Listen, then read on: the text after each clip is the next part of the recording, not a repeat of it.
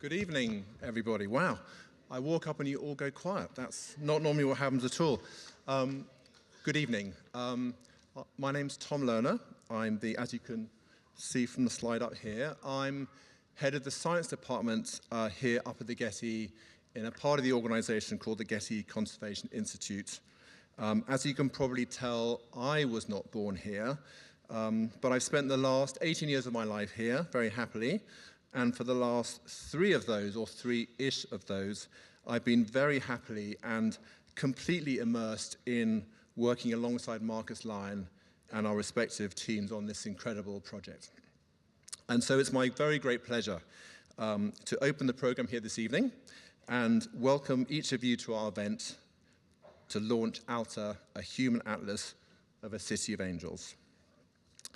Before Marcus comes up on stage, if you'll bear with me for 5 minutes, I'd just like to say a few words about why the Getty took on this project and what it's meant for us to do so. This probably should be the moment that I warm you guys up, but I'm not quite sure how to do that, and for those of you that know Marcus, you'll know damn well he doesn't need any help with that whatsoever. But I do have to apologize, although you'll be treated to a visual feast of images and videos and graphics when Marcus comes up on stage. This is my only slide for the next 5 minutes. So you'll know my name and my institution. So what is this place, the Getty? You probably know there's a museum here and there are some spectacular views, but there are several other parts of the organization, including the one I work for, the GCI, the Getty Conservation Institute. The GCI is set up to advance conservation practice for cultural heritage around the world. That's quite a large task and a very large geographical area to think about. But within that remit, we love it when opportunities arise that allow us to engage directly with Los Angeles and are always on the lookout for ways to grow and maintain our relevance to the city and its surrounding region. Like most of the conservation profession, our work is perhaps mostly associated with physical conservation of objects such as paintings or sculpture, photographs, or built heritage buildings and sites. But we are also constantly thinking of how best to preserve the more intangible aspects of heritage, such as stories, memories, and interactions. Storytelling, of course, has always been a powerful tool for preserving history and perspectives, and often offers a far more nuanced way to try to make sense of our very complicated past, present, and future, perhaps. It encourages a collective memory that transcends individual narratives, fostering a stronger connection to identity and heritage and bringing people together to share and listen. Some of you might have heard about PST ART. In fact, one of the slides when we were walking in had the logo of PST ART, also called Pacific Standard Time. It's a program that's currently underway in Los Angeles for the 3rd time, and which brings together a multitude of cultural institutions across Southern California to explore a common theme. The theme for the current version is Art and Science Collide, and it has offered us a timely way to think more broadly about what those terms art and science mean today and how preservation might apply to them. We are living in a period of significant social change, after all, and many art institutions are grappling with how to reflect more diverse cultures and audiences. How could the GCI have a more significant impact on Los Angeles and become more relevant to a broader group of its people? We felt Alta would allow us to engage on all of these issues, to combine art and science, and to conserve the insights and wisdom of a group of individuals, you guys in this room, that collectively could create a time capsule of this moment in time, in this community, and in this city.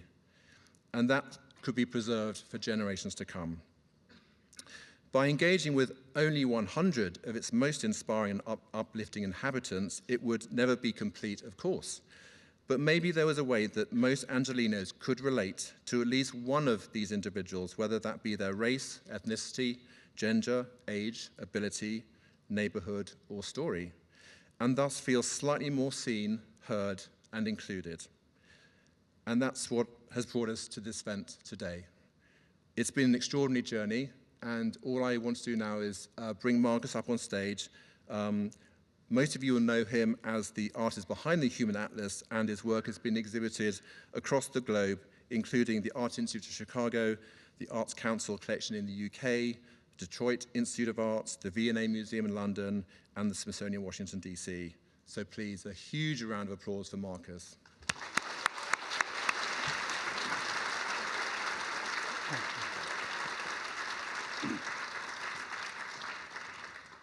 Good evening.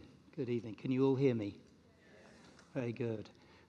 Before you stands a man who was lucky enough to be invited here to tell your story, but also standing in front of you tonight is a man humbled by the fact you trusted me with your story. So thank you very much for that.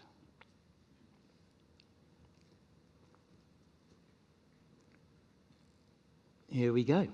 So to start off, I wanted to thank on behalf of all of us, but from my team especially, Tim, Louise, Tom and Nicole, and the Getty Conservation Institute for choosing us and for helping me bring these stories together for you. Without their support, their guidance, their friendship, and their love, I wouldn't have been able to deliver this project. So, thank you.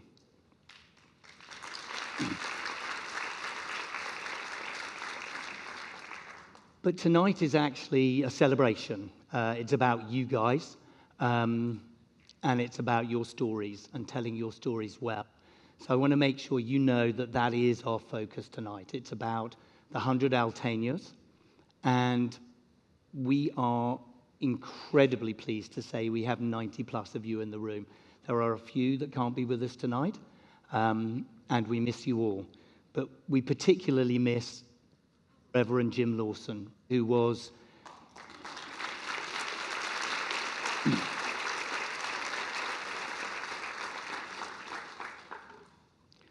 not only an Alteño, but was a man who preached a ministry of love for 94, maybe 95 years.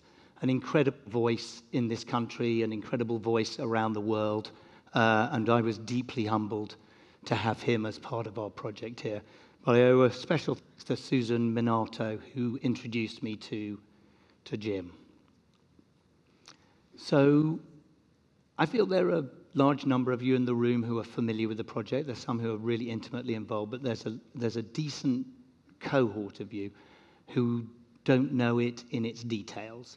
So we prepared this 14-minute video to get everybody up to speed and to get you back to the level playing field with everyone else. So thank you for that intro, and we'll look forward to seeing you in 14 minutes' time.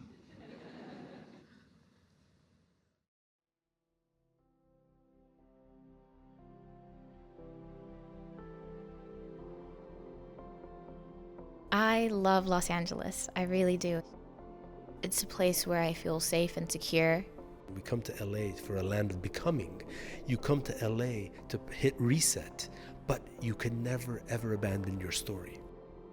What we really want to do is build this social justice movement in a way that really speaks to being able to create the change we want to see. That's what it means to me to be an Angelino, to represent something greater than myself. It's the confluence of imagination, dreams, memory, family, culture. It means people, it means love, it means life. El corazón o lo que te impulsa. Being curious about the city. We gel together, we work together, we make progress together, and we prosper together.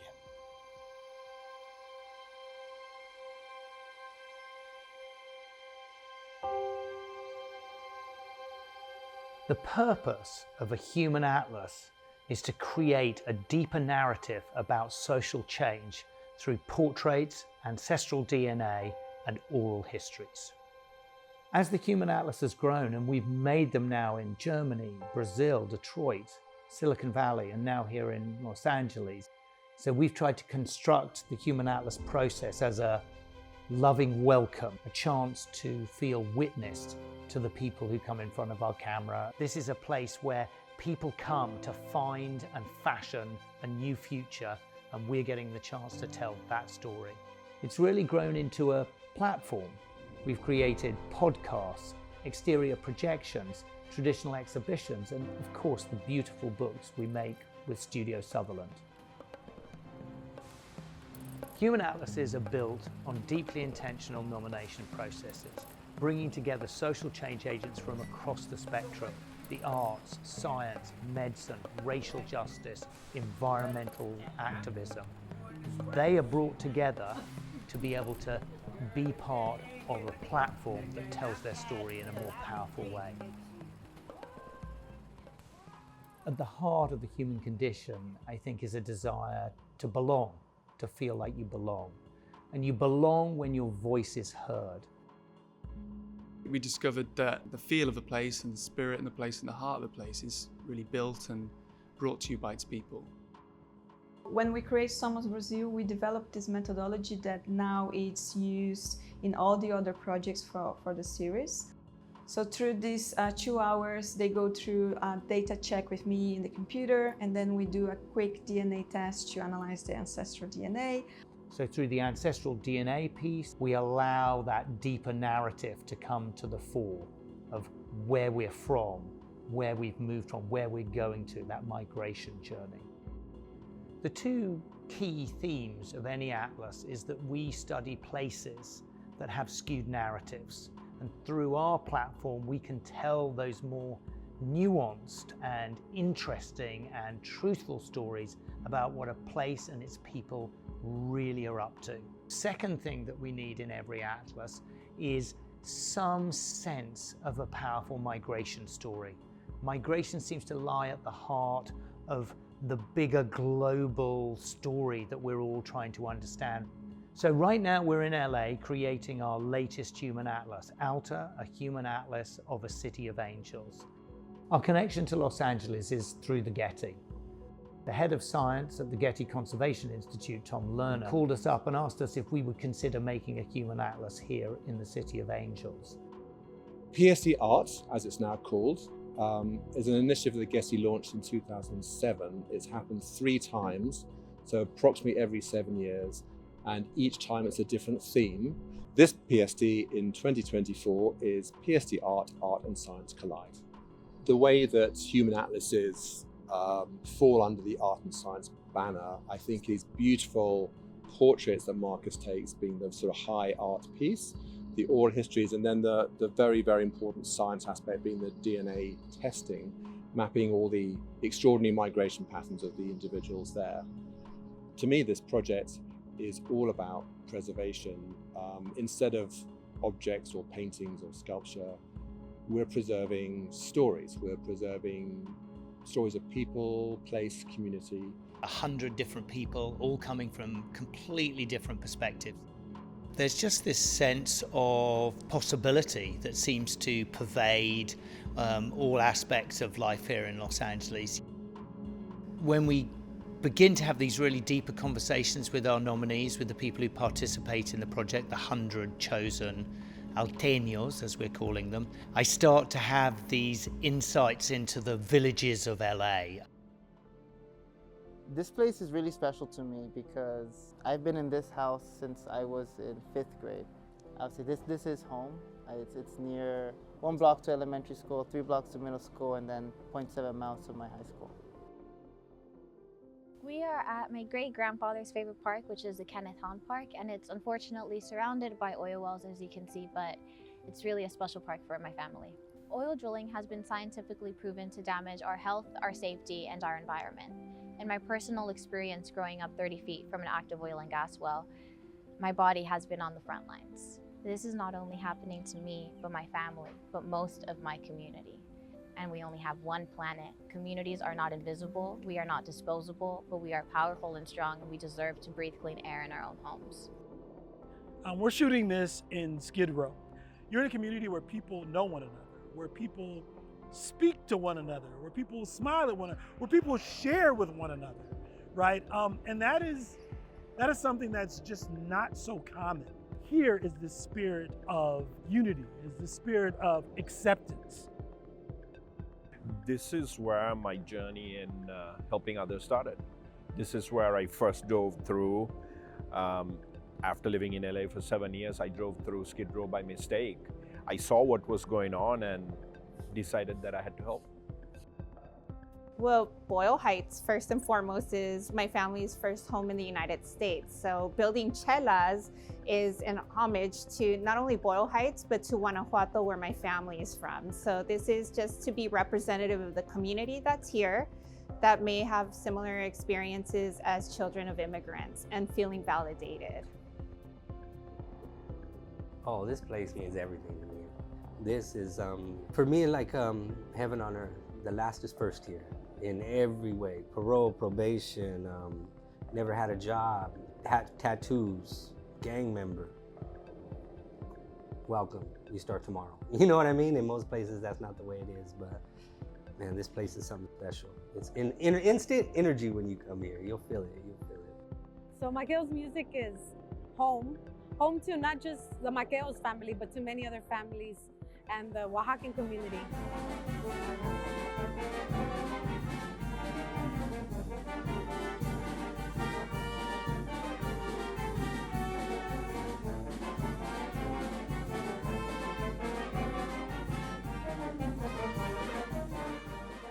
Maqueo's is just another chance for family. In many ways, Los Angeles is simply a city of cities. There are 88 separate municipalities, 88 separate conurbations, all rammed into these valleys and mountains. It's extraordinarily complex. We are at Central Library in downtown Los Angeles. We're on lower level 4. This is all part of the History and Genealogy Department. From the very beginning, the little pueblo, the 4 square leagues, that was the way the city was founded. 44 people came up here and founded the city. Self-help has been described to me as a haven, a cultural home, an artistic home, and it's really a place where so many different communities come together to create, to inspire each other, to learn. I think the beautiful kind of cultural affirmation that people experience here is associated with the space itself and with the organization's incredible legacy. So you think about where we are right now in the history of the Los Angeles City Fire Department, 137-year history. And absolutely being the first female fire chief is something that is very significant. So I understand that. I understand what that means, but more importantly, it's more about the path forward to understand from the female perspective of what I represent and how I represent. But in the end, you want to be known as a really good fire chief. Over the millennia, humanity has become the most extraordinary and beautiful mosaic. The DNA science shows how powerfully we're interconnected, telling us that we are all brothers and sisters, linked through thousands of years of migration. We're here today because we are unveiling the results of my ancestry test. I'm most excited to ground myself in my ancestral culture. So I'm Filipino, so I hope to see a lot of Philippines in it, but we've been a heavily colonized set of islands. Yeah, let's do it. So there you go. Okay. Very excited. Oh, there's percentages and a map. Oh my gosh. Nothing has depicted my ancestry or my lineage like this. I want to find out more, actually. So who's Central American? That's what I'm wondering. There are things like intrinsically that we feel we are, and then data, like this type of data, it's like assimilating into it, but like there's an intrinsic knowledge of who you are. I crave a home in a way, and it makes me feel more like a global citizen. We're all in this together some way, somehow, as human beings, and that we're not all that different.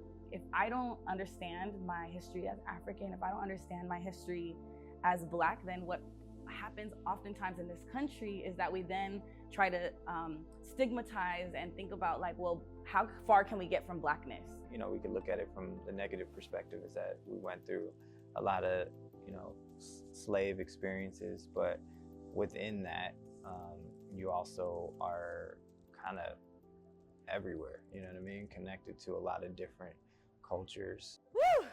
I'm so excited. I'm like, okay, you can do this. This is my family, okay?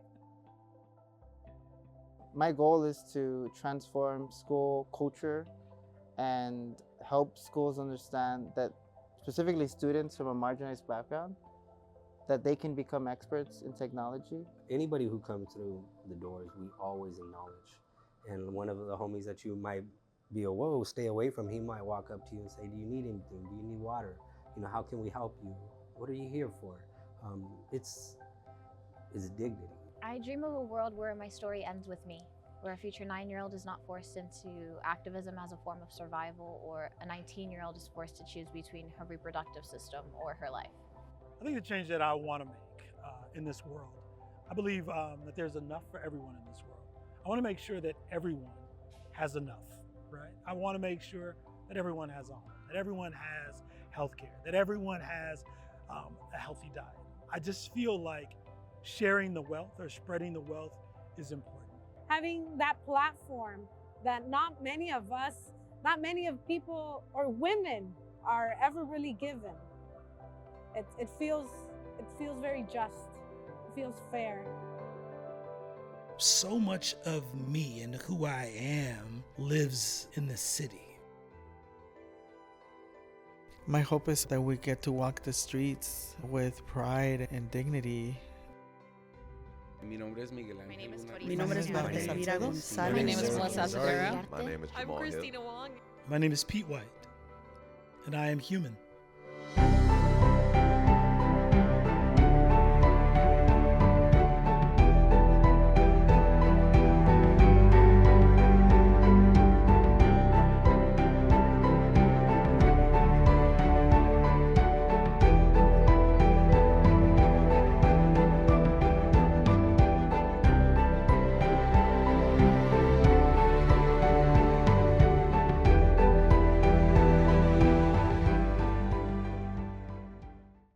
Thank you particularly to Veronica Wood, who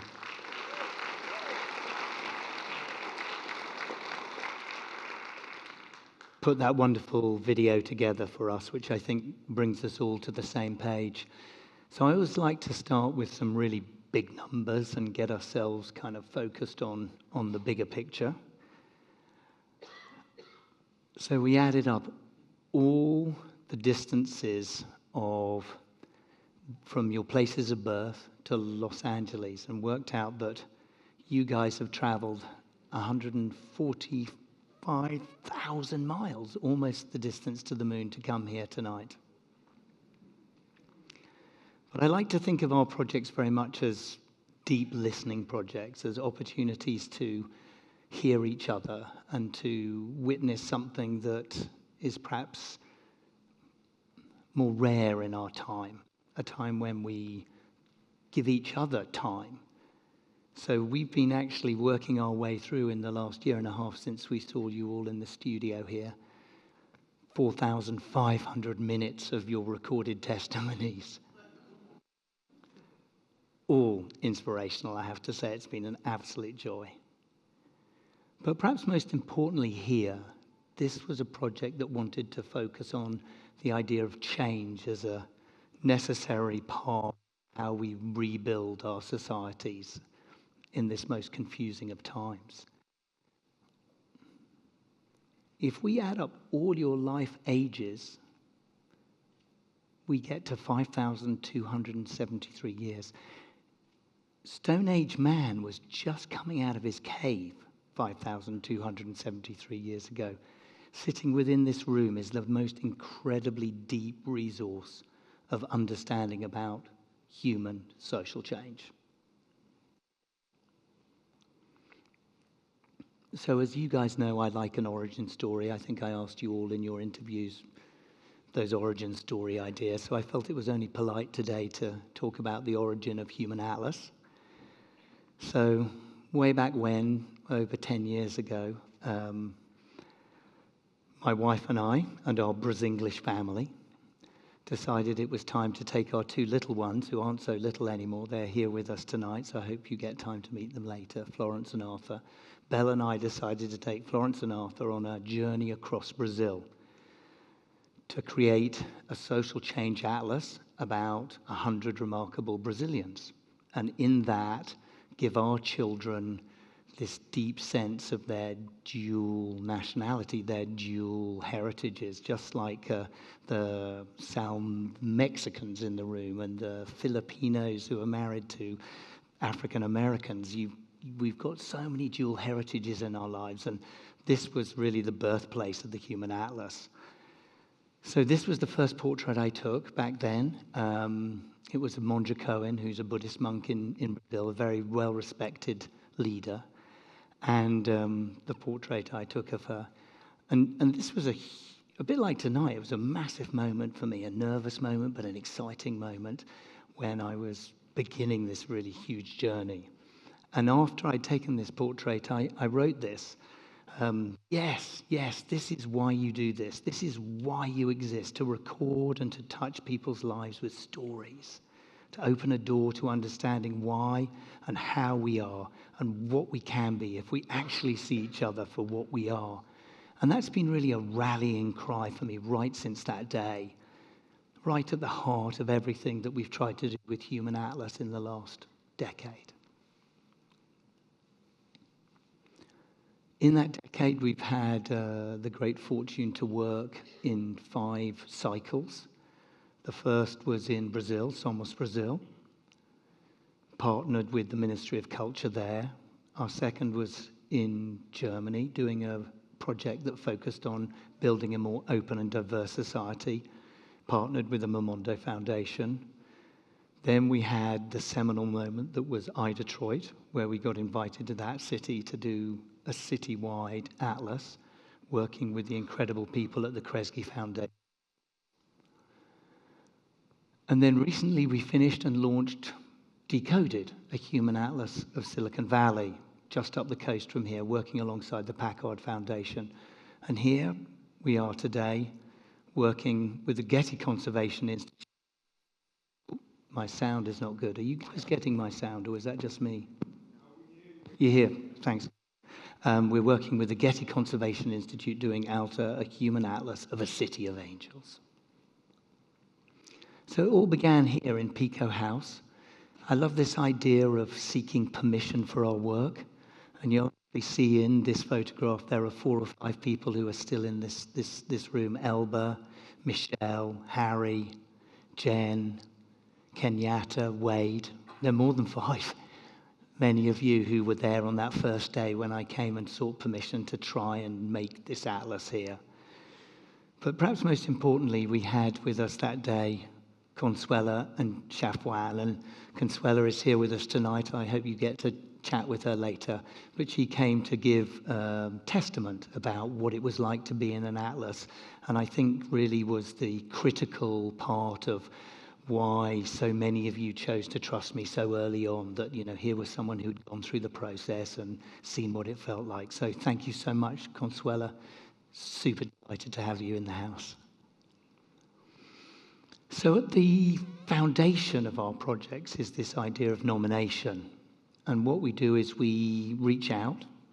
I think we translated our nomination process into 15 different languages and tried to reach out to all the 10 corners of Los Angeles, or should I say the 88, and get you guys nominated. We created a long list of I think somewhere in the region of 350 individuals' names, all who could have been in this room tonight, I must say. And we took them to this extraordinary group of humans who stepped up for me in a way that is deeply humbling. And I have to thank these folks for helping me curate the 350 down to the 100 who are in the room tonight.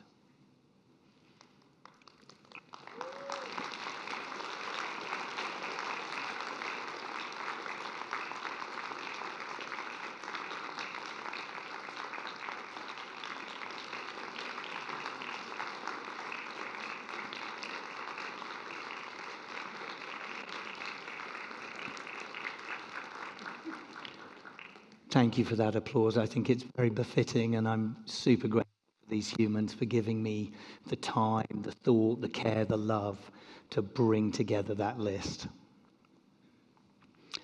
And this is what we created. 100 of you came through that process, all of whom we then rang up and said, would you like to be part of our project? And the rest, I suppose, is history. So how do we create these atlases? What actually goes on? You've seen some of the work in the video, but it really comes from an enormous number of human beings. I'm the lucky fella who gets his name on the spine of the book, and I get to stand here and, tell you this story. But the reality is there are 150 people on this list, including Patrice's Colours' dog, Snowflake the dog, who helped us make this possible.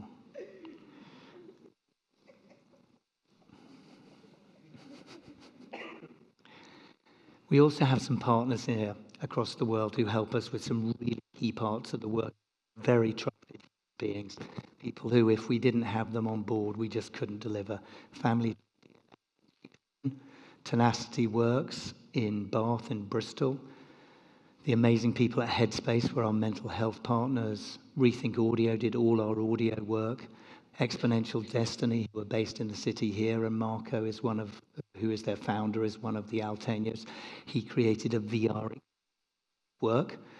And Earth%, who are our sustainability and climate change partner. But this is the key team. These are the amazing humans who've stood shoulder to shoulder with me. Juan Rojo and Veronica Wood on either side of the top line are Latino and Latina support staff here. Veronica did the videography. Juan did all our associate producing. Camilla and Joe, who stood by me through thick and thin. Just the most incredible, loved human beings. People who allowed me to shine in a way I could have never shone. And then, of course, on our bottom row, the amazing design team of Jim Sutherland.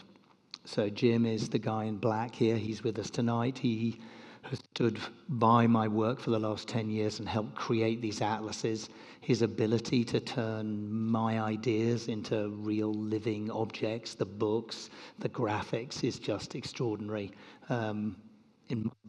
Probably Europe's best designer, and now, of course, working here in the US.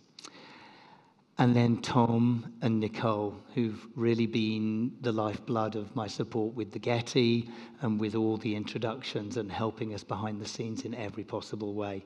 And then obviously either side, we've got the two senior designers, Sam in my studio and Ethan Brown in Jim's studio, who did all the work. Bear with me.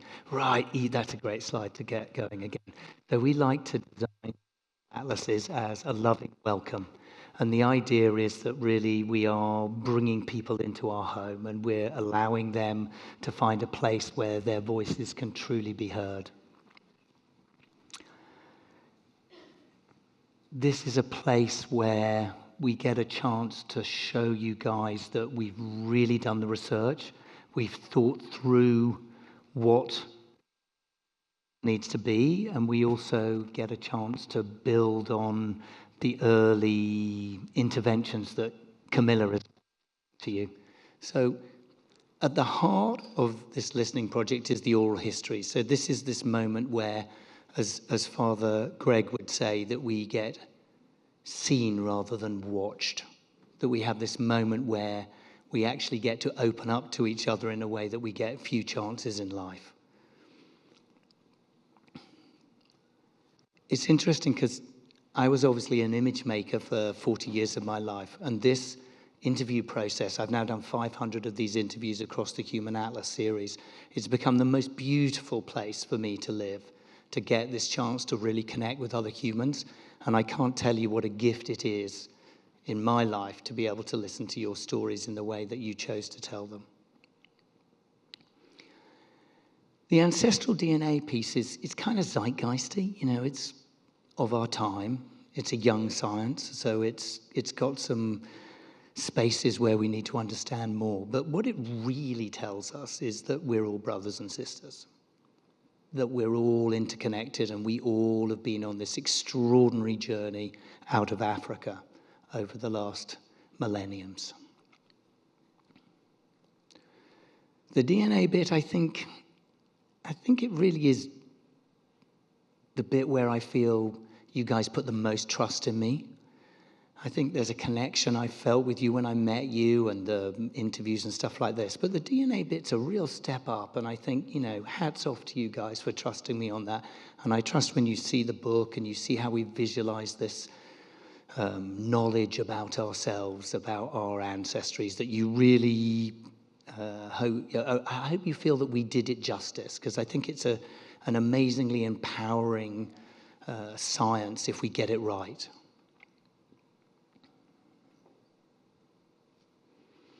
And then finally, the portraits. I mean, the portraits really are my sweet spot. I mean, I've been taking pictures of people for 40 years. It's a funny game. It's a beautiful game. It's a moment where I get to connect without words, just that visual piece. And I mean, I'm sure many of you remember it as the camera, and it sits down here because I shoot with a plate camera and I look straight at you. So every portrait in this project, every portrait was a moment you looking at me, and that is just an amazing, amazing feeling for me. I hope when you see the portraits that you're happy with them. But one thing I should say to the wider group here is that we do sit at the computer after the photo shoot and we choose the photos together. So that's been a moment where all of you collaborated with me to make these portraits, and I very much lean into that idea of this is an opportunity where I make something with someone else. It's not something I'm doing alone. It's something I do in community, in partnership.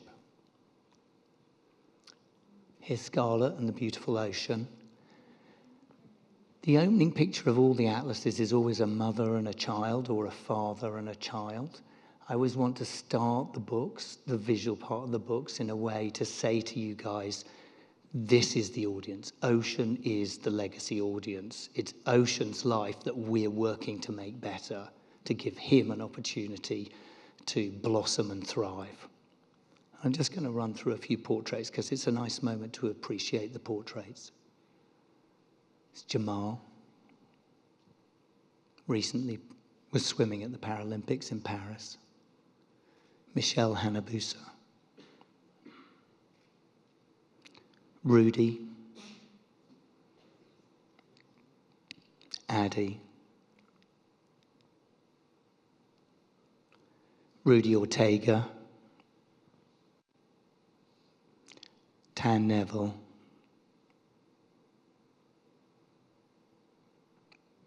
Pete White. Susan Michi-Minato. Carlos Montes.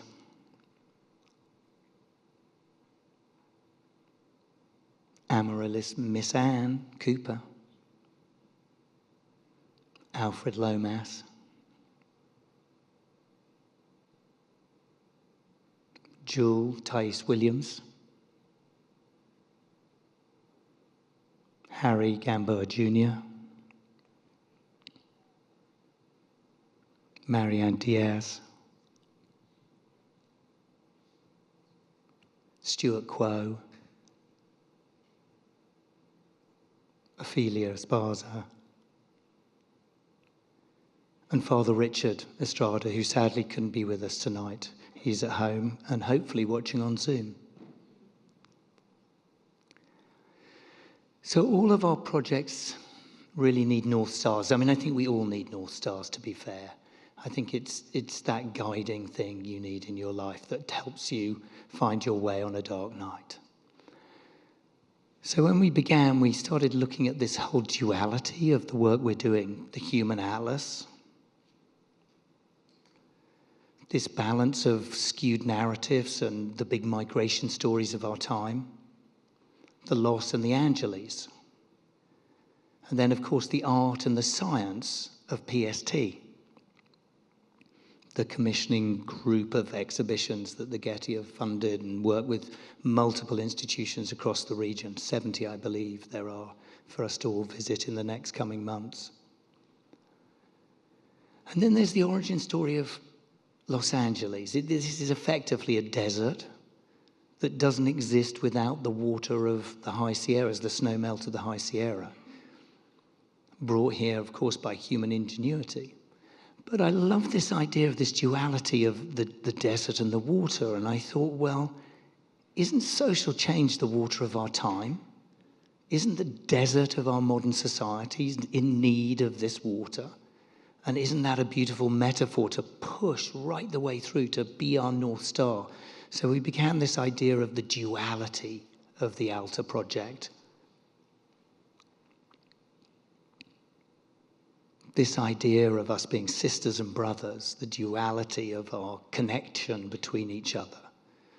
The Spanish and English of this city. I know there are many, many other languages, but those are the two that really dominate here.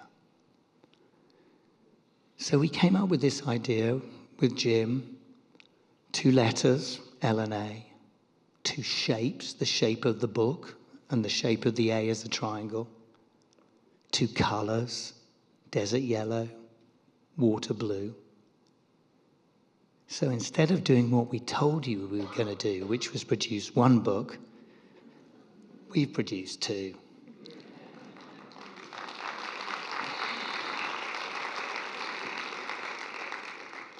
And what's so beautiful about this is you have a book which is The Human of a City, which is the art volume, the art of PST, and then you've got the Science Atlas, which is all the DNA.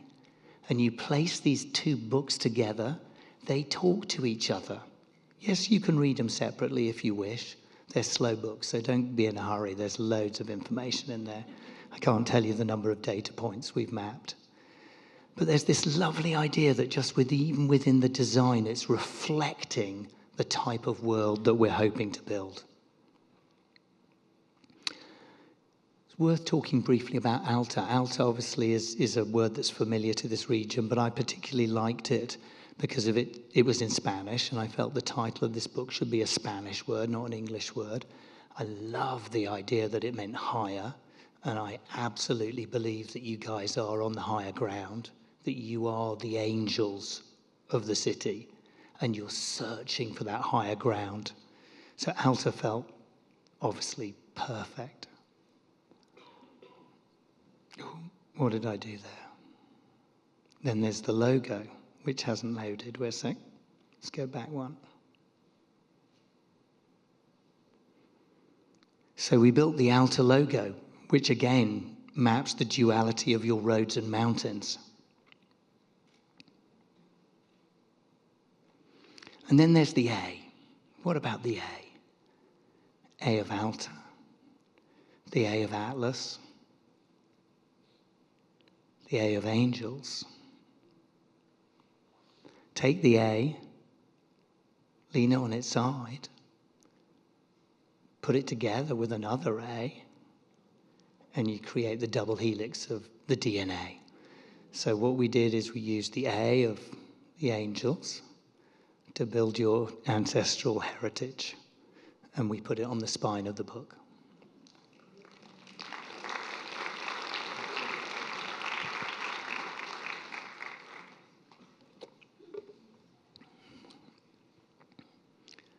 And then there's the triangle, which comes from the A.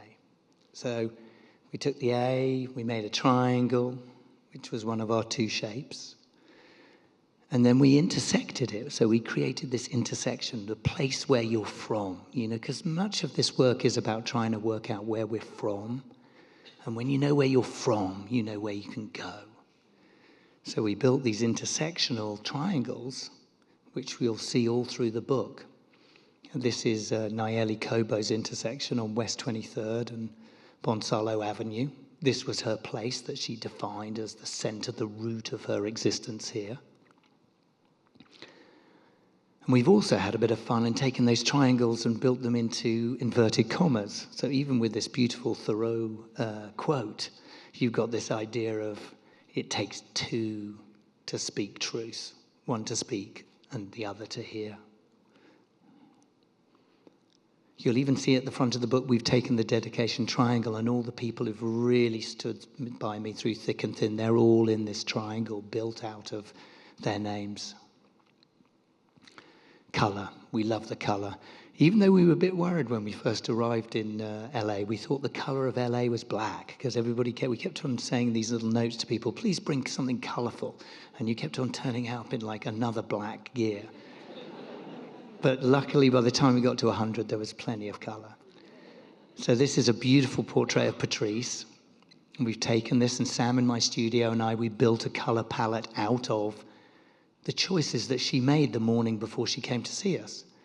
And we built the triangles of colour, and then we've taken those colours, which she chose, those are Patrice's colours, not mine, and we've built them into this legend, a palette. And taken that palette and mapped that onto her ancestral DNA. So combining her colours with the places that her ancestors are from. I'm black. You are.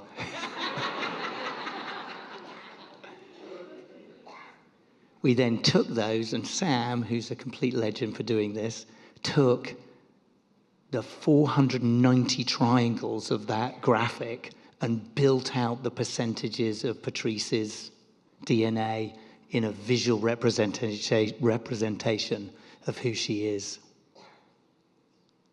And that's how it appears in the book. This is a lovely graphic to show you. This is all 100 of your DNAs, all brought together in one graphic. So every country, every region represented in one final piece of artwork.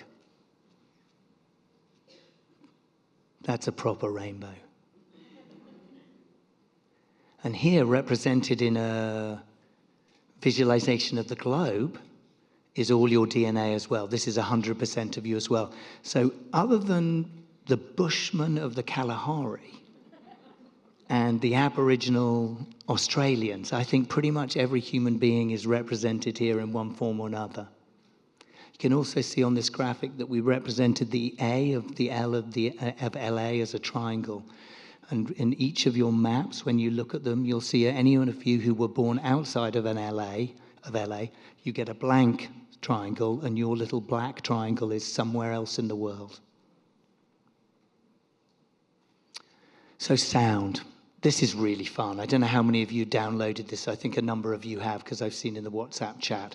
But the idea is that you download the app, it's free, and then you scan the portraits, and all 100 of you will speak back. So scan the portrait of Scarlett, and Scarlett talks. Scan the portrait of Rommel, and Rommel will tell you his story. Scan the portrait of Sade, and she'll tell you why she's going to be an elected official very soon.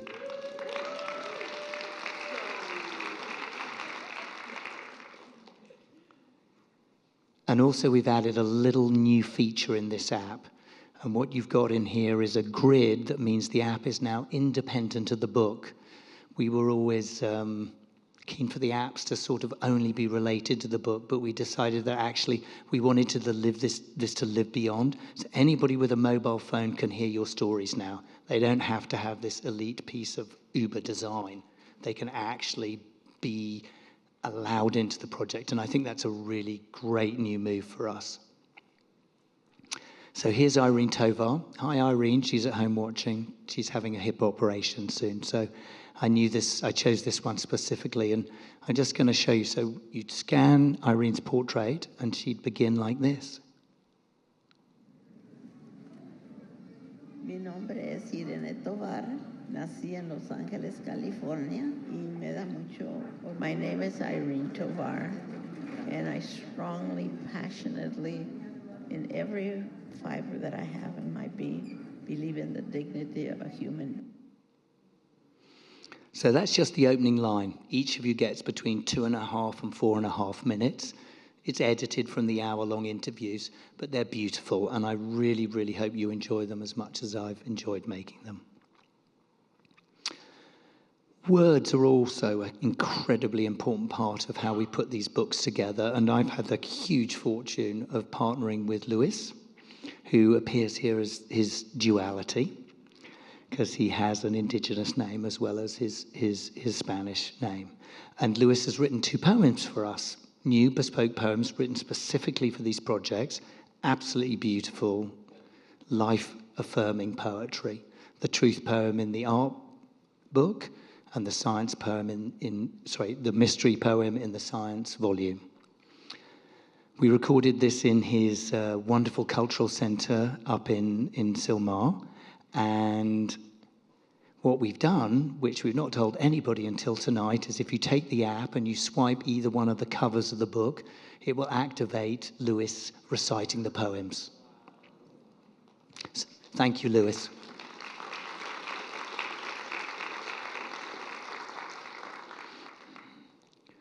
We also had the great fortune of having the duality of Gina Kim and Chon Noriega, who are actually life partners, writing the 2 forwards for the 2 books. Having Paul Long and Tom Lerner write incredible essays for the science volume. And I had the great fortune of partnering with Gay Teresa Johnson, who makes up for all my lackings in my essay writing. So thank you to all of them. So I just wanted to go through the construction of the book build, and I've used a portrait of Betty here. I've been trying to ring her all week. I think I can see her up there to just tell her that she was about to have a moment. But I had to tell her now because I didn't get to see her or get through to her. So here's Betty's portrait. And then this is how we build the pages. So first, the initials, the name, and your stated profession, your vocation, what you believe you are in the world.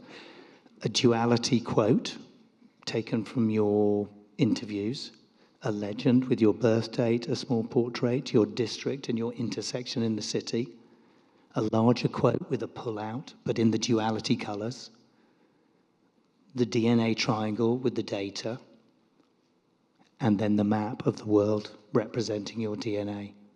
And here are a series of other portraits and pages. Paula. And here you can see how her triangle is in Colombia because she was born in Colombia. So the A of Los Angeles doesn't have a triangle in it. Janet, who is as American as you possibly can imagine, her DNA really covers the whole of North and South America.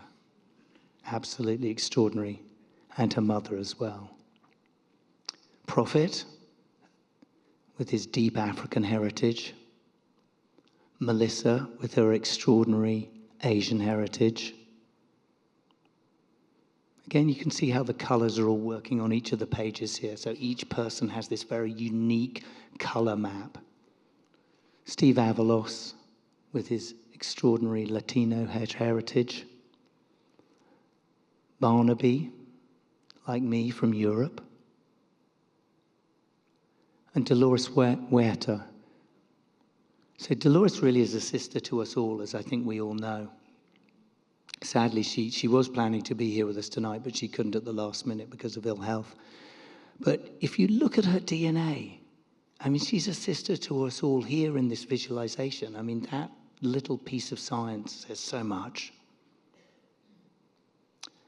So we're beginning to wrap up here. I'm going to do a Q&A after this so we can ask some questions. So if you've got things you would like to ask, please, there'll be a mic going round. But I just want to focus on this one.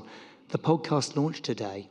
The podcast is really amazing. It's all your voices mapped together in 10 chapters, 10 people per chapter.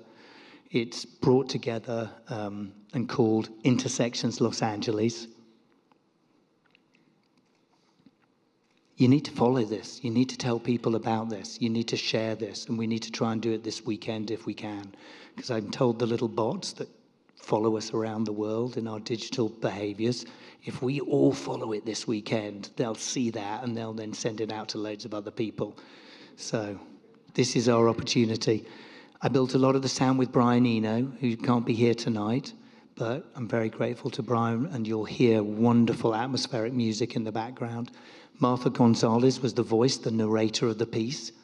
She is actually performing in New York today, so she couldn't be with us, but she's done a beautiful job bringing stories to the front of each of the chapters.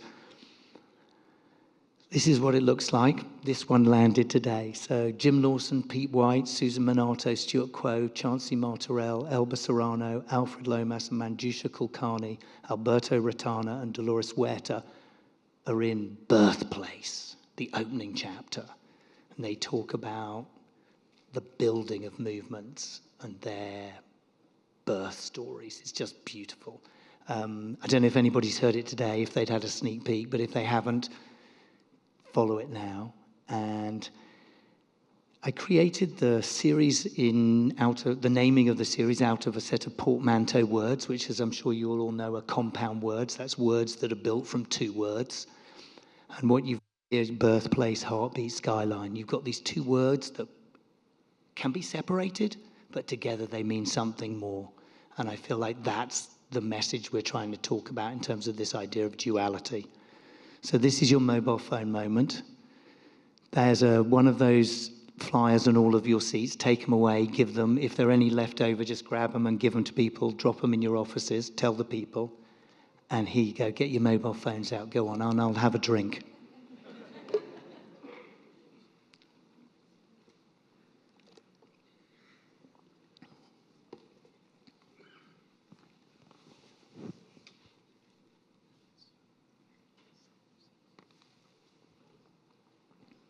Is that time enough? Has everybody QR coded? Very good. If not, just look up Intersections Los Angeles wherever you get your podcasts, as they say. The future.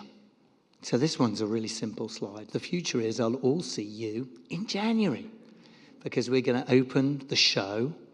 All 100 of your portraits will be up. It's in the Central Library. We spent a lot of time, Tom and I, thinking about where this show might need to land. And we were very determined it felt somewhere that really represented you guys. And we were lucky enough to have a really good relation with Cren Malone of the Central Library. She was obviously on the curatorial committee. And we've ended up with a really wonderful set of very public spaces in the downtown library. So I'll be back in January. The show will be up until April. Starts, I think, on the 13th. And then goes through to late April. So we've got a good run, and I think it'll be really fun. We're going to do some video portraits and a few other bits and pieces, but the reality is that'll be our moment. So I just wanted to finish this bit before the Q&A with a thought. When I was doing the Brazil project, I met this absolutely extraordinary journalist, Eliane Brun. And she talked to me about this idea that if we are the sum of all the stories that we've been told, then when we speak, we can speak as a multitude.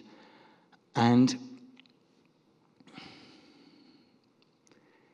you have given me your stories in a way that's so precious and so life-affirming. So I hope when I spoke tonight, you felt that I spoke with you, from you, to you, in a way that connected back to your stories. My story has become your story, and I hope in some small way that my story is your story too. Thank you so much.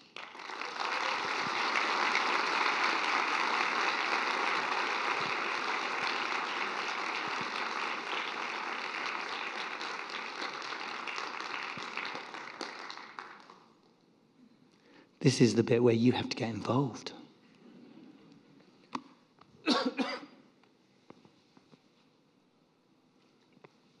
So, does anybody want to ask a question?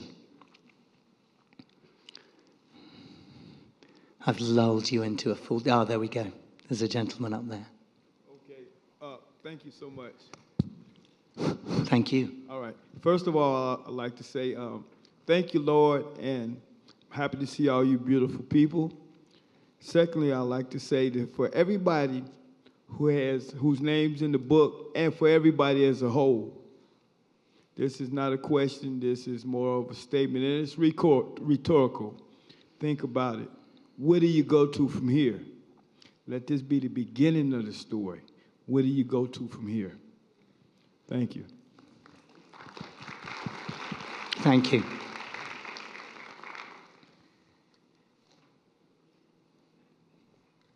I'll just project. But with all of this work, I'm just curious to hear from you 10, 15, actually maybe 30 years from now. What do you hope that these books and these stories do for humanity at that point? Thank you. Jasmine just asked the question about what do I hope the legacy of this will be in 10 or 15 years' time. I mean, you know, our stated aim is to inspire a new generation of change through art, science, and storytelling. And I think that's why we focus on those stories, seeing Ocean with Scarlet. So I'm hoping there's a younger generation, you know, Genesis's generation, will see this work and hear the call to service. I think it's a complicated time right now. There's a lot of distractions in young people's lives. And I feel that the message I'm trying to get through with the books and the podcasts is that if we see service at the center of our lives in whatever we do, whether you're an artist, you know, that I feel like I'm serving you and I'm serving. It's really important if you center your life on service, whatever you might be doing, the world will always be a better place. Always.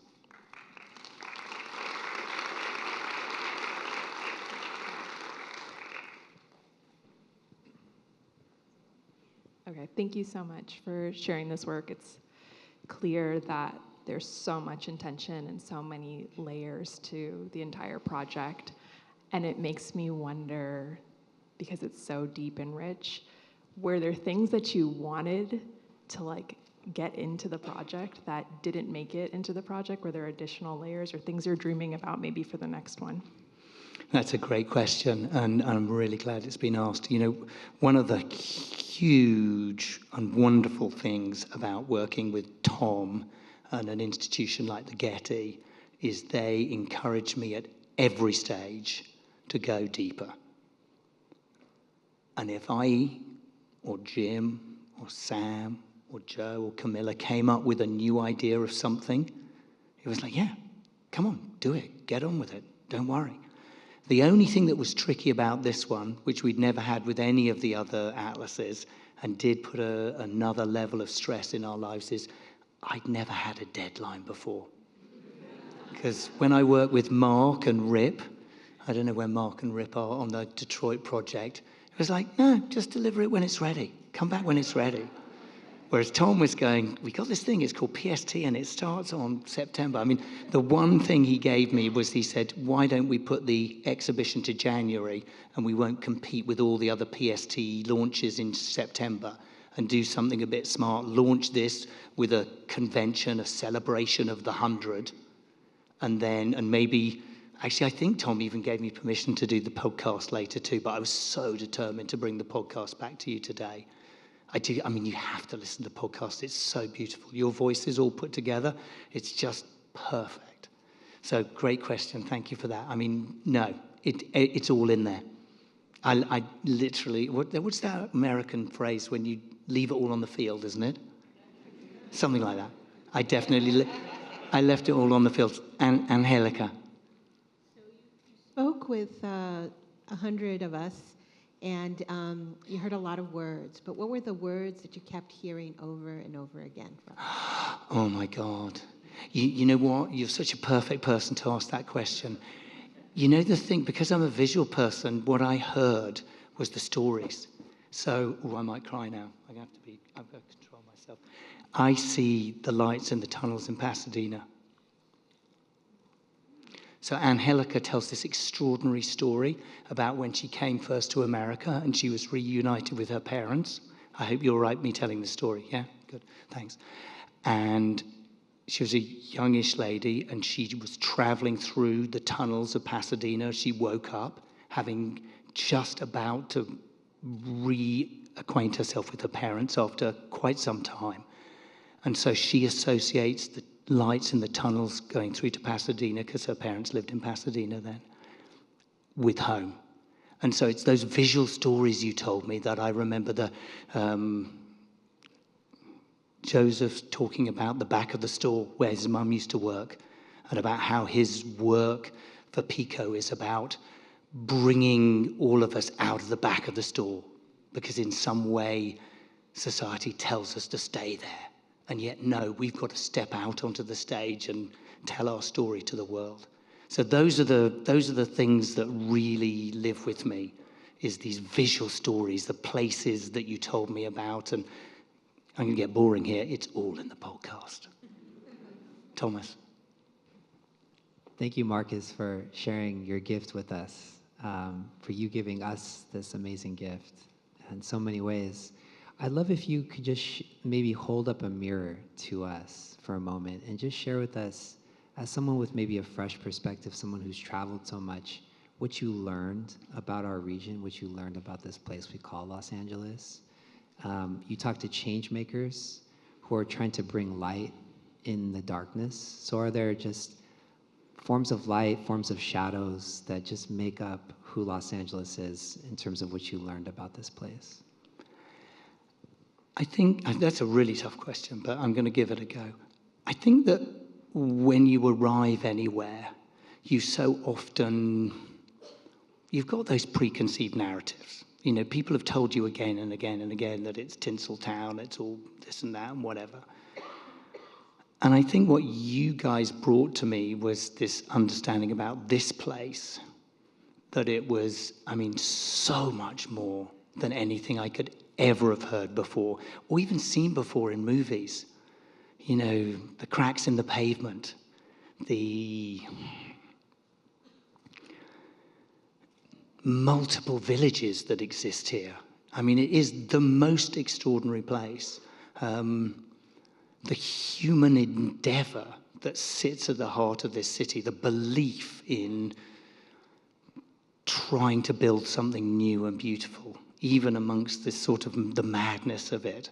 And I think that's what defied belief for us, all of us. I'm sure Joe and Camilla would agree with me that we came here a bit nervous about what was the story we were going to tell, and could it be as interesting as Detroit, you know, because we always compare ourselves back to Detroit.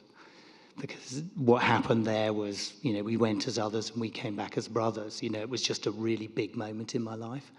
But we felt the same here. I mean, and we really, really felt held by you guys. I mean, I think that was the, you know, that was the really big thing, takeaway from me, is that you allowed me into your lives in a way that I didn't think was possible. Lewis. Sorry, I have the voice of a scientist. I need this. I'm wondering, you guys spent long nights, weekends, working on this project, and we're all committed to making Los Angeles a wiser, kinder, more fair place. And I know how Los Angeles has changed me as a person. I'm curious, how did this project, or how did we as Los Angeles change you? How did this project change you? Oh my God. I mean, just made me glow. You know, I mean, I've made a nice metaphor with our water thing. You know, before I came here, I was many, many streams. You know, a bit all over the place in bits of my life. But coming here and doing the work we've done with Tom and the team over the last 3 years, it's turned me into a river. You know, and maybe even I'm at the ocean. And I think as a chap who's about to hit 60, that feels great, feels really powerful. You know, I've got my amazing wife, incredible children, but it's great to feel the right size. And I think you guys helped me do that, so thank you.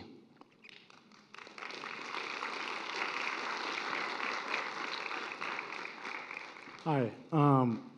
As far as, yeah, I'm right here.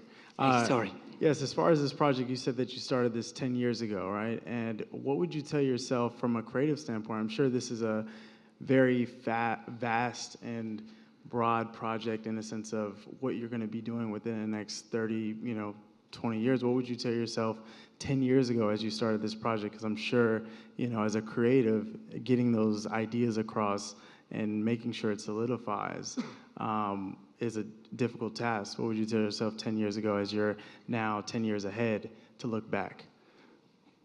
I mean, the first thing I'd say is you have no idea how lucky you are. I mean, so lucky. I mean, when you think about it, 500 people we've interviewed and met through this project, you know, really deep interviews and really deep connections. What would I have told myself 10 years ago other than that? I think it would have been nice back then if I'd said, start listening more. I mean, this process has taught me to listen in a way I never listened before. So I think that was probably my biggest takeout is over 10 years, I've actually become a good listener. And I think actually one of my weaknesses as a human up until then is I was good at projecting. I was good at making stuff happen. I had some energy. But actually, I've become so much more complete a human by being a listener. So I think I would have said, start listening more, mate, you know, focus on other people. You know, I think, I mean, it goes back to all our origin stories and where we've come from and how much we get listened to when we're children. And, you know, it drives us into certain behaviors as we get older, you know, people-pleasing and seeking praise and things like that. So you try too hard. And I think one of the things that, you know, I'm still really tenacious. I really do try hard at lots of stuff, but I don't try too hard. And I think the Human Atlas has helped me do that. Miss Anne, have you got a mic? It's coming. It's coming. We'll come back.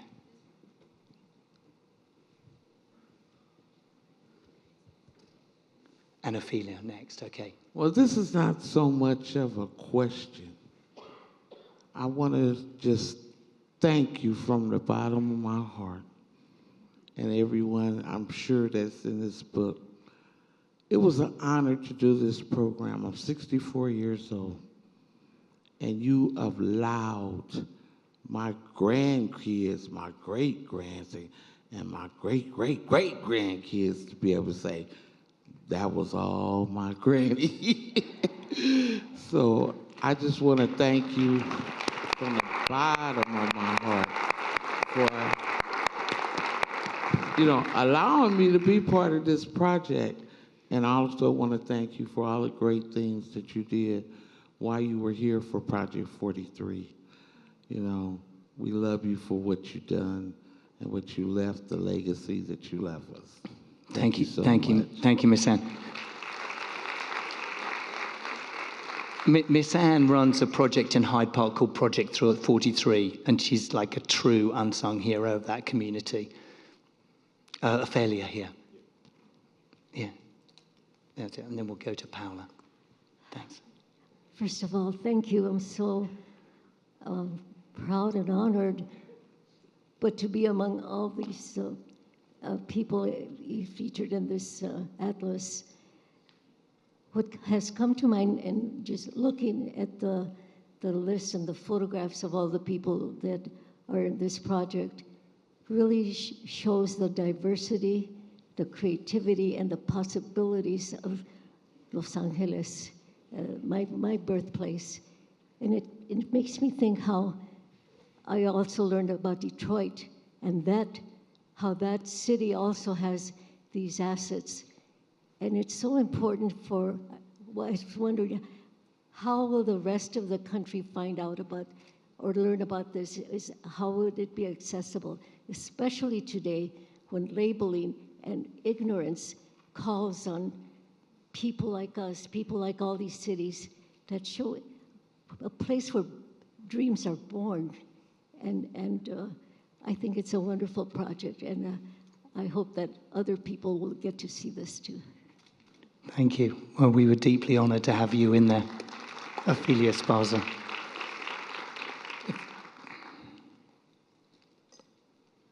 Paola, have you got a mic? Grab a mic to Paola, because she's been waiting and been really patient. She had the mic in her hands and it was taken off.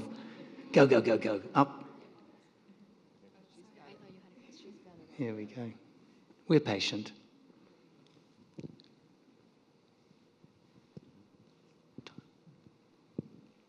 Thank you, Marcus, for the patience. As you threaded their stories, our stories, and woven them together through art and science, I kept thinking about, I'm not from Los Angeles, I'm from Colombia, and how I found meaning in the community of Los Angeles. And also, for you, how daunting must have felt to have heard all of these stories that deeply shape us and that called us to an action. It must have felt daunting to hold that, because I'm sure a lot of our experiences shape our worldview, but also led us to this point, to social change, to justice, to equity, which is not an easy call to action. So how did you hold that in your heart? And because it is daunting to turn that into action, how did you carry that in a way that was meaningful for the art project that you created? I mean, I think the only really truthful answer there is I get to sit here and be able to answer that question, but it's the team of people who sit behind me, who allow me to sit with all that knowledge and all that information you gave me, you know, from the DNA people to the design team in the studio, to Camilla, who helps hold the whole project together, to Joe, who has all the vision of being able to keep me calm and focused, and then Jim, who brings all the answers design-wise. And without them, I don't really have it. It's in that group of people who bring that daunting task of bringing 100 anythings. I mean, make 100 loaves of bread. It'll take you forever. It's a lot of stuff. And then we had 100 DNAs, 100 stories, 100 portraits. We create this kind of merry-go-round of data again and again and again. But we've been at it literally every day, day and night. I mean, the podcast has taken me a good year to put together. The sound and the editing is incredibly complex, and when you listen to it, it's this immersive journey through sound. So I think it's you know, I've been lucky enough to have a core team of probably about 20 people who sit behind and make me look quite good, really, considering what I actually bring to it. They're really talented. Veronica. Thank you, Marcus, and everybody else who contributed to this impressive work.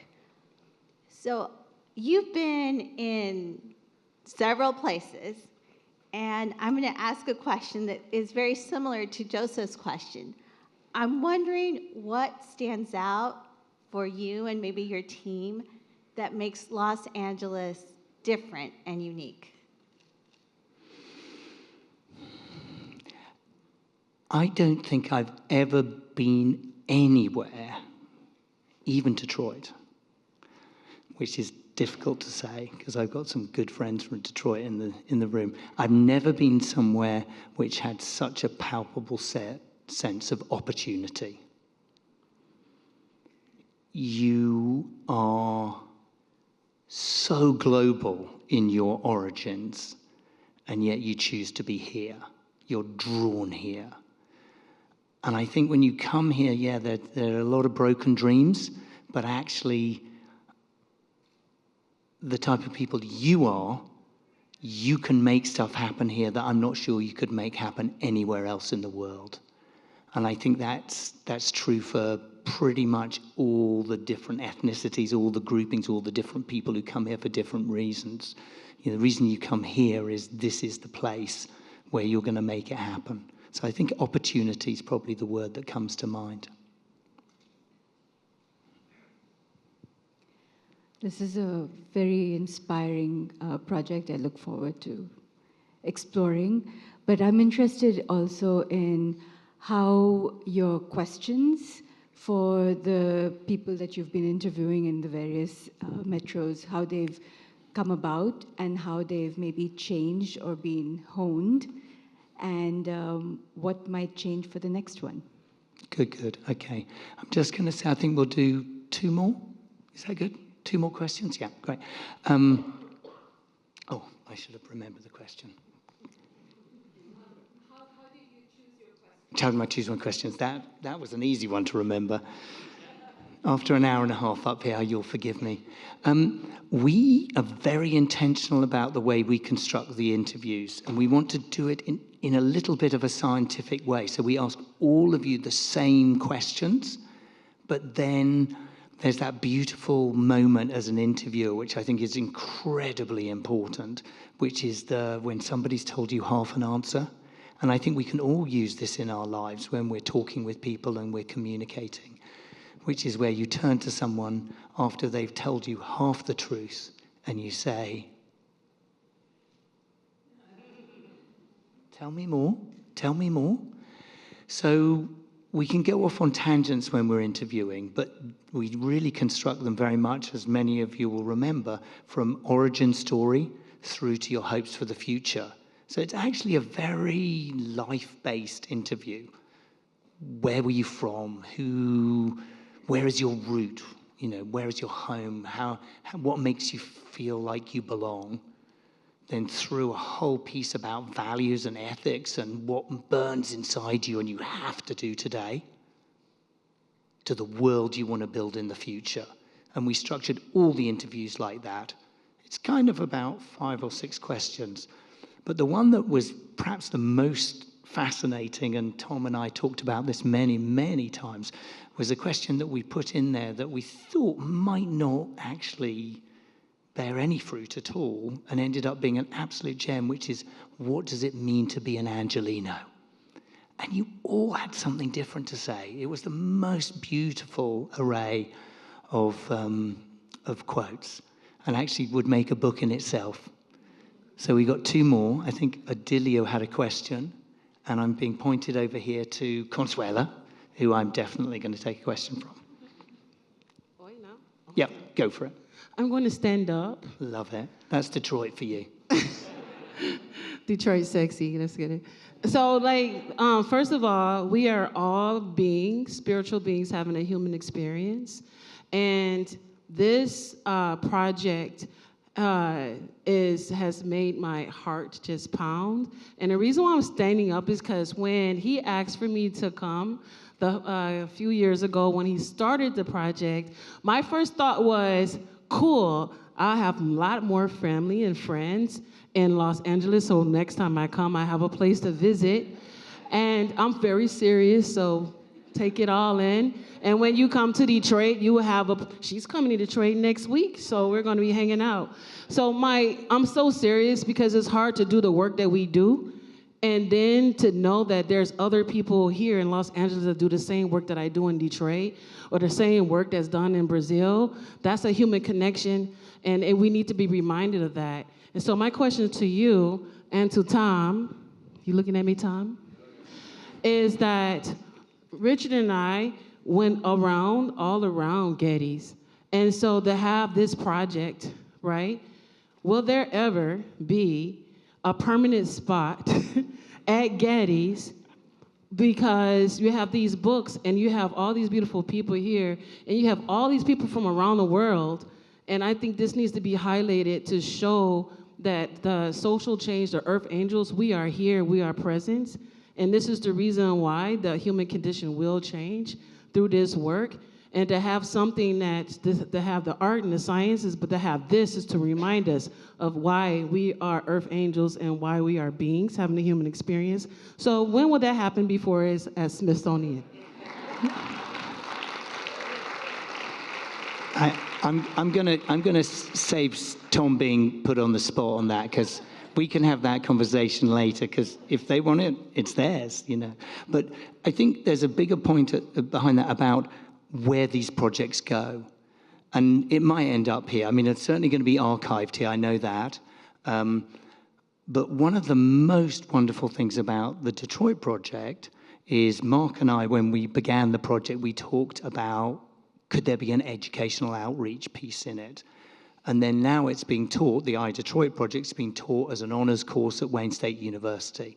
So the book, the methodology, the stories is actually part of the baked-in educational course at Wayne State, which is the university in the heart of the city. So we're very much hoping that, just like with all the other projects, as we launch Alta, it takes on a life of its own. I always like to think of it as a kind of kid going off to university moment. You don't know what clubs they're going to join. You don't know whose friends that they're going to make. You don't know what extra activities they're going to get involved with. You've just got to let it happen and believe, your kids are ready. And this project is so ready, and this is really amazing stories you guys have shared with us. I think the podcast, which will draw people back into the exhibition, at the end of the podcast, it tells people that there will be an exhibition in January, so everybody who listens to the podcast will know about that. And then the books hopefully will get out. Just while I've got a chance, because I have forgotten to talk to you about this, but I just wanted to say, this is the book plinth, which will live here at the Getty. And the books sit and they're mounted on here together so you can read the books together. But just so you know,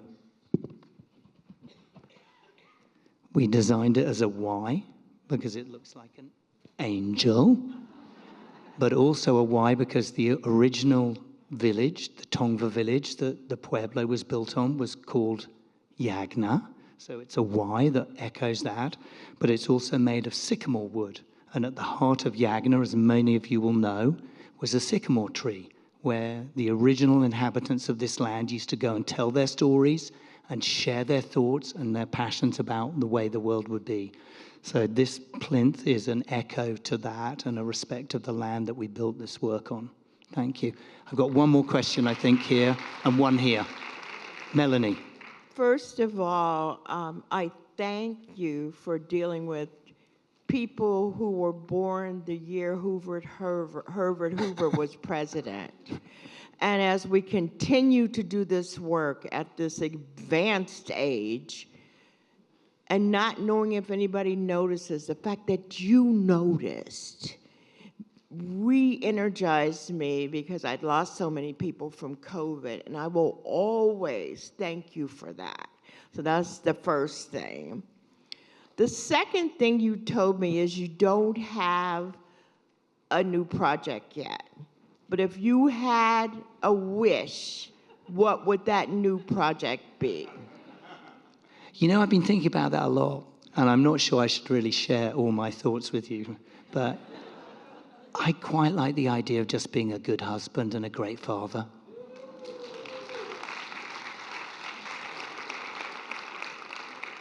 But, I'll always go back to Detroit if they want me. We've had talk with some people in Miami. There's been talk about doing a project on women leaders around the world. That would make a great atlas. But there's also the fact that we realize quite how much collateral and content we actually have. We've got 500 of your stories. So there are, I think, 256 women's stories that we already have. So I think there's an opportunity maybe to lean into that as well and take what we've created and find maybe other museums or institutions that we can engage with. But hey, if you know somebody who wants a human atlas, come next, January, February time, I'm going to be on the street looking for work. I'm going to take the last one from Adelia, and then that's it, because you guys have got to go and have some food and drink and hug each other and catch up and have a celebration together. I think there's only one other piece of business while a microphone gets taken to Adelia. Is it coming? Have you got a microphone yet? Don't worry. No. But there's one other piece of business I want to just get over while the microphone goes. What time is it now, guys? 7:40. Okay, we're going to go across the rotunda, food and drink there. I think at 8:30, let's all gather, all Alteños, so everyone with a badge, leave your friends and partners behind, and we're going to do a group photograph on the stairwell. So don't leave until 8:30 at the very earliest, and we'll all gather and we'll just make a little bit of history together. Adelia, last question. Thank you. Well, last comment. I'm really excited about this project because it confirmed oral histories that we knew as indigenous people from the Sierra Norte, and it confirmed that oral history that it was 3 people that founded our villages, our communities, and then it's confirmed now. I could go around and say, hey, Julisa's my cousin, because that's the oral history, But more than that, I want to ask you, LA is so diverse. what meals did you enjoy? In what intersections did you eat? That one's really easy. That one is really easy. The best meal, as many of you know, I'm a vegetarian. I don't think my wife and children know this, right, actually. This is terrible admission. I've been a vegetarian for quite some time, and it's really important because of the things that Genesis fights so hard for, which is to eat less animals so that we have a better planet in the future. So I love being a vegetarian, but I went to John Eric's Filipino, where are you, John Eric? There he is, he's about. John Eric is an amazing human, a brilliant community member, but he has the park's finest on West Temple Street in Echo Park, and him and his wonderful wife, Christine, run the best Filipino barbecue joint in the city, full stop, and I ate meat there.